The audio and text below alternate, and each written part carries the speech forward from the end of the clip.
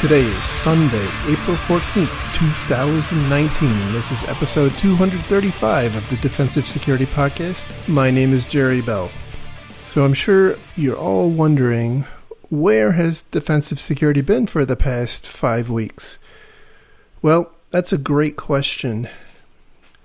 Unfortunately, Mr. Callett, who you probably have noticed is not here, had a very, very serious medical condition, and he ended up in intensive care for about a week, and he's I think he's working on his third or fourth week of lost count now, in being in the hospital, and I think he has to undergo a few more surgeries before he'll be able to get out. So please send good thoughts, happy thoughts, prayers, whatever his way. So I find myself here once again talking to a microphone with no one on the other end to talk to. And I really can't wait until he's back in action and can be here. Until then, I am working on some Plan B backups, a stunt lurg, as you will. But I've been pretty busy with work and family life too. So, but here I am, right? So I do have a number of stories to talk about tonight. I'm sure they won't be nearly as entertaining, especially if I have to make my own mom jokes. So anyhow, the first story comes from the Register, and the title is Vengeful Sacked IT Bot Destroyed Ex-Employer's AWS cloud accounts. Now he'll spend the rest of 2019 in the clink. So a person, and this has all happened in the UK, an employee who had the long tenure of 4 weeks working for a company named Vuva, apparently was dismissed for poor performance, and he didn't take that very well, and so somehow he managed to gain access to the AWS credentials of one of his now former coworkers.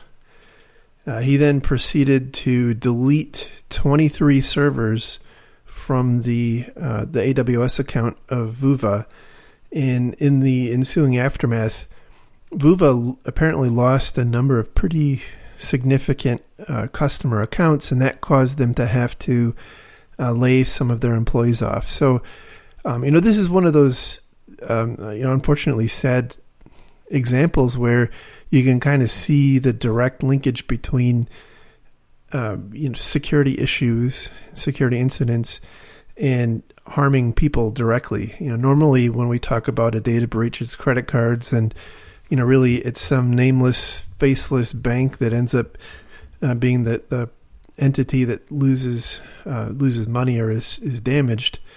But in this case, you can see it's actual people. So he was tried and convicted, and he was, I guess, sentenced to 2 years in prison, but apparently 2 years in prison doesn't really mean 2 years in prison. It means 1 year in prison.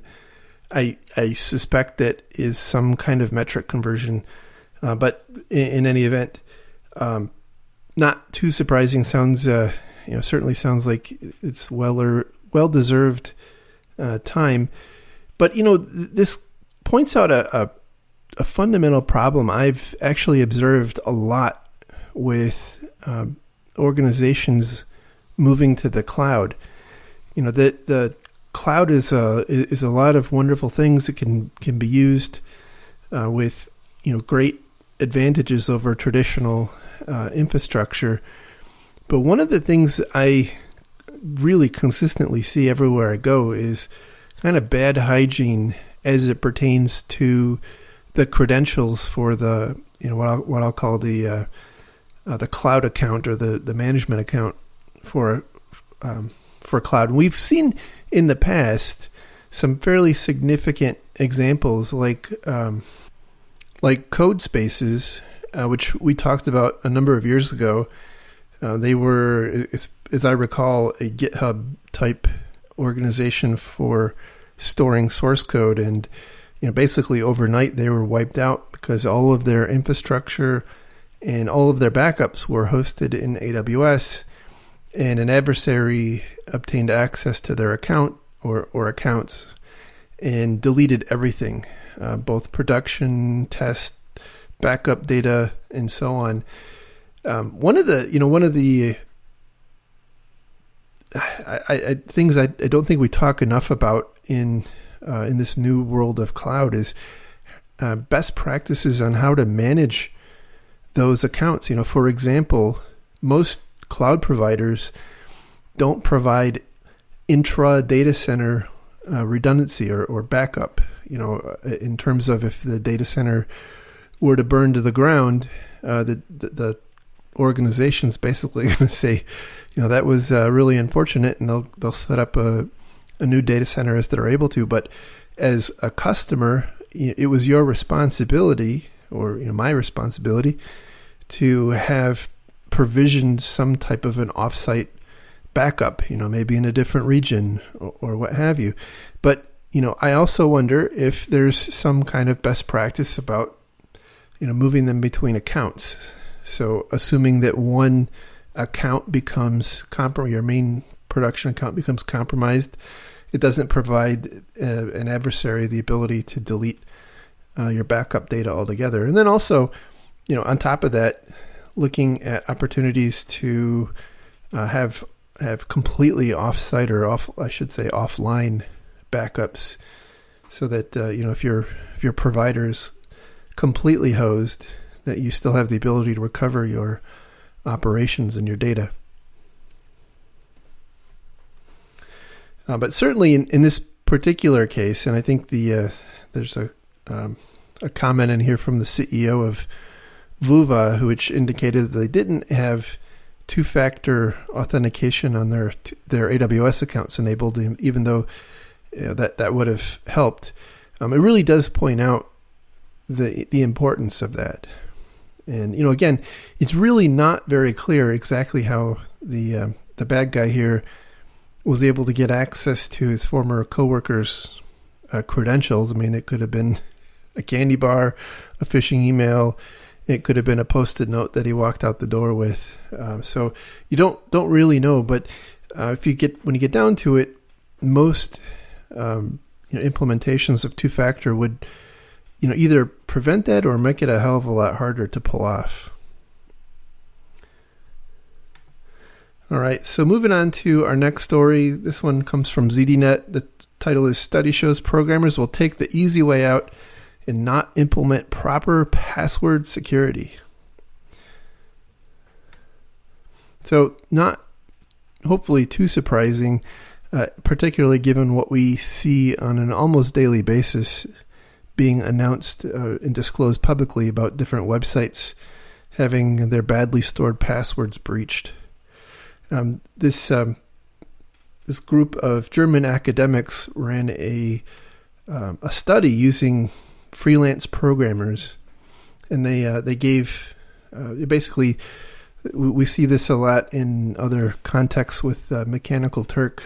Amazon's Mechanical Turk, but they basically quote hired freelance programmers to create the authentication module for a hypothetical fake social media site, and they divided the groups into to different populations. One, they gave explicit instructions that they wanted to have a quote secure handling of the passwords, and the other group they didn't provide any. In any event, they also split them up into groups of different pay amounts, and found that the group they paid $100 to wasn't markedly worse than the group they paid $200 to. Now, $200 is not a ton of money depending on the amount of work here. I did find it very interesting, and also kind of lines up with my experience.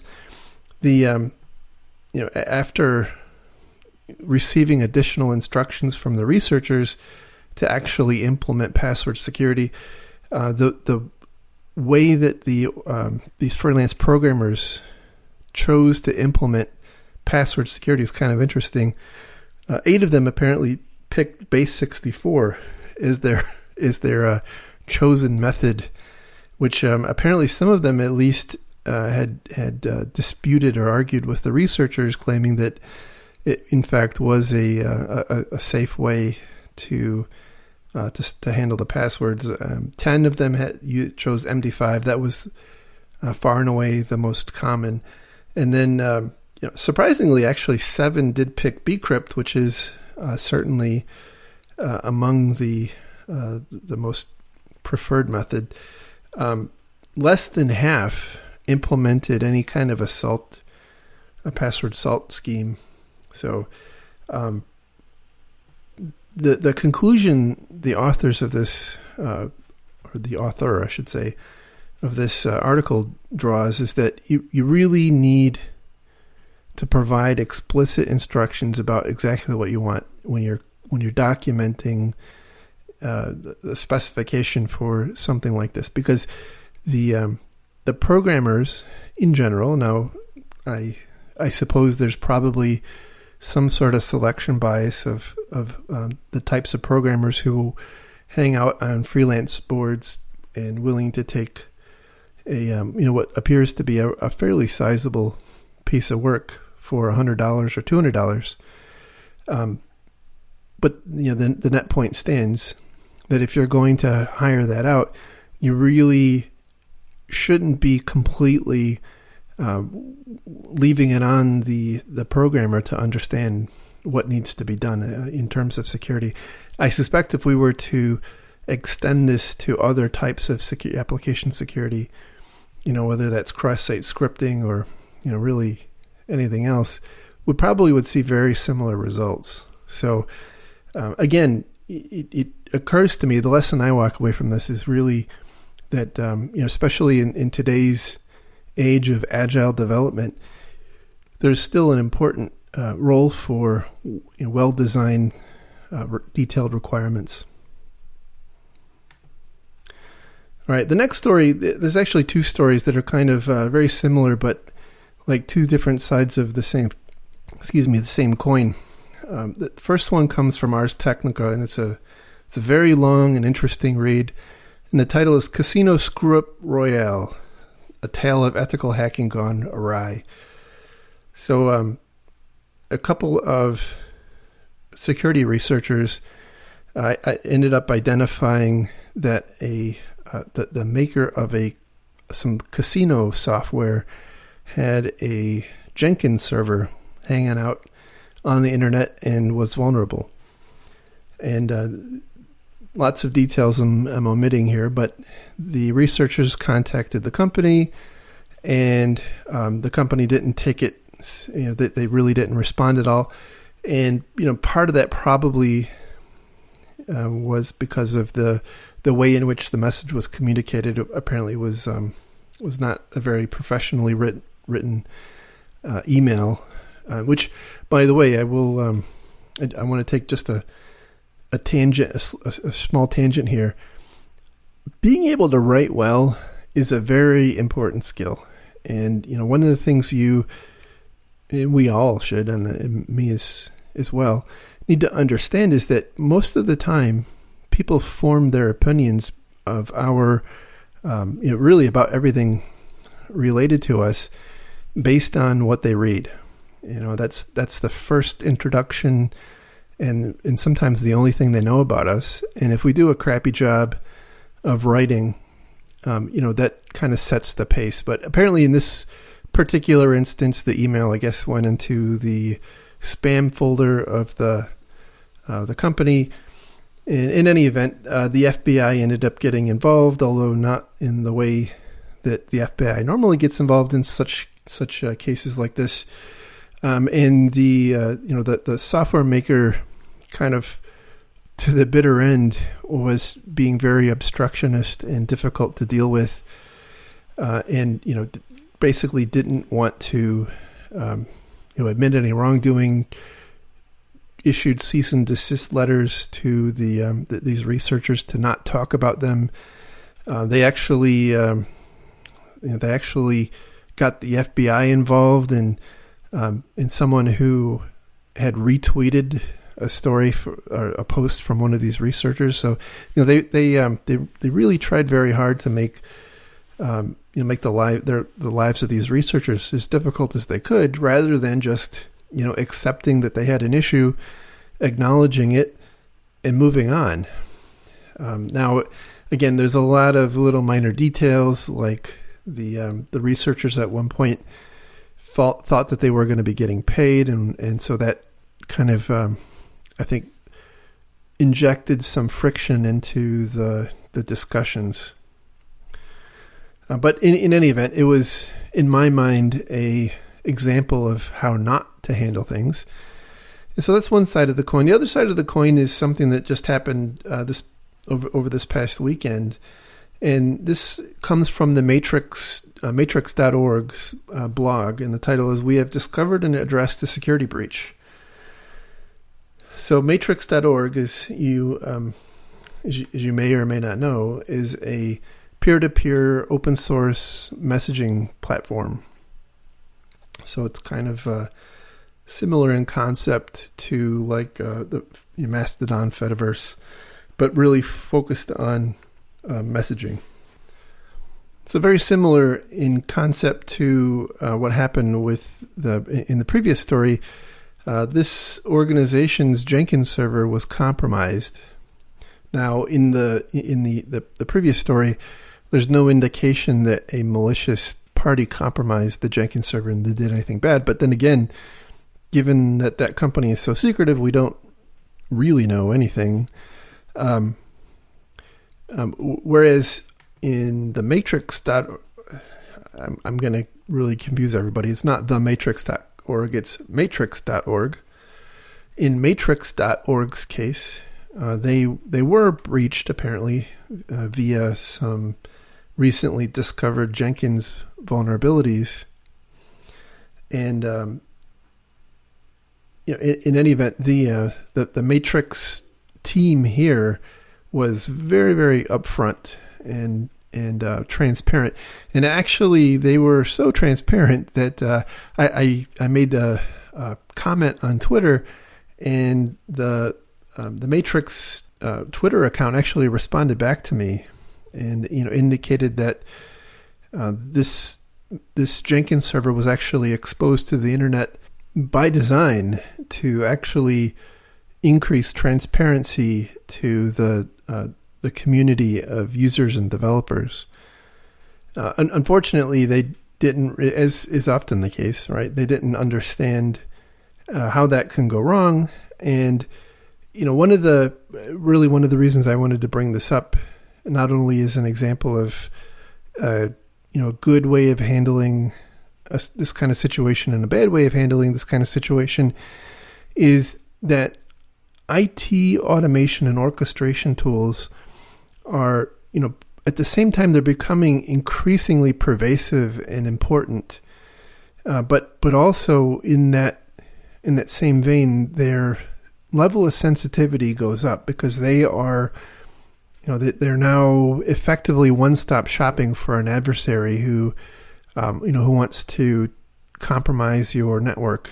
And it's not hard to imagine that some type of adversary who does end up with access to your Jenkins server, they can do a lot of things. They can push out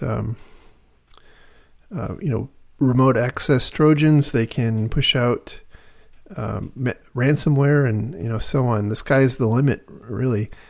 And to me, that points out one thing that I've not seen happening in concert with this rapid move towards automation and orchestration, and that is properly designing the control set around those environments. And I think that really is going to be one of our next major pain points in IT. We're starting to see, this type of thing happening. We've had some recent, nation statey type attacks in the past. The Dark Soul attack back in a number of years ago was alleged to have happened as the result of a compromised IT orchestration system. There was the managed service provider we talked about on one of the most recent episodes, where this piece of software was used both to manage the MSP clients' systems, but once it was compromised, it was used to push out ransomware to customers of the MSP.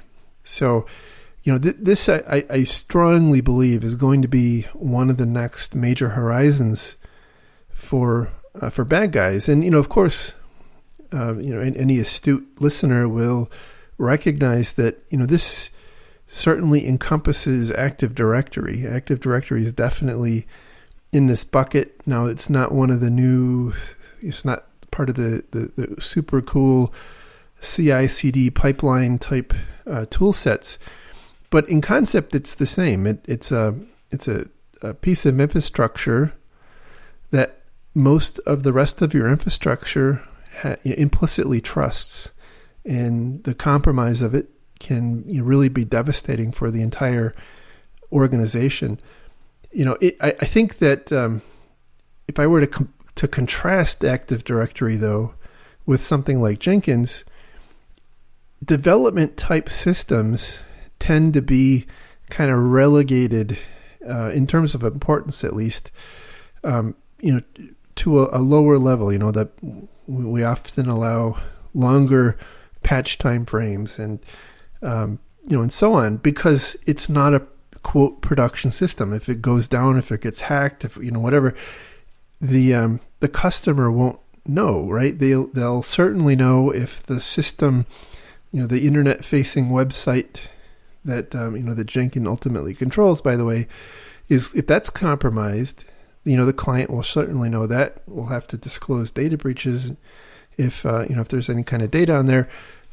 But the reality is that the orchestration tools like Jenkins and Ansible Tower and Puppet and Chef and so on, all of these tools are really kind of no longer relegated to some dev lab, right? These often have the ability to reach into many, or if not all, of an organization's production infrastructure. And that's, kind of a dangerous thing. And I really do believe that, again, we have to get on top of this before the adversaries start, really trying hard to target these things.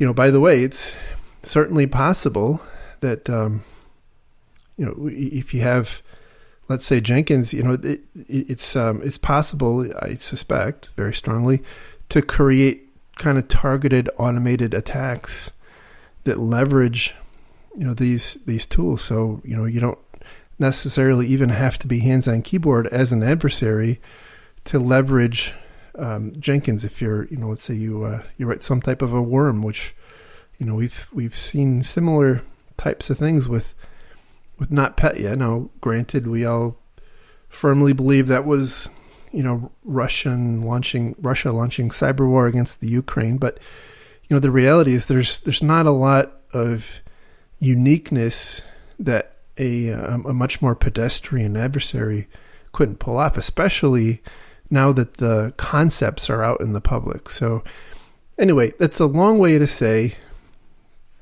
treat these new systems for managing your DevOps with the appropriate care, right? They are important systems. They're not, in general, just kind of lab systems. They need to be well protected. They need to be patched. They need to be probably not accessible to everybody on the internet. I do realize that Zero Trust is the new buzz, but unfortunately, Zero Trust breaks down if your application, like Jenkins, has some sort of flaw, and you've closed off all the other mechanisms. So, in any event, I do think this is going to be an area that we'll be dealing with in the future. So, plan accordingly. So that is the show for tonight. Just a reminder to keep Andy in your thoughts and prayers. And if you follow him on Twitter, give him a shout out. Tell him that you wish him well. And I certainly do, and look forward to having him back on the show. So anyway, have a great week, everyone, and I'll talk to you again soon. Bye.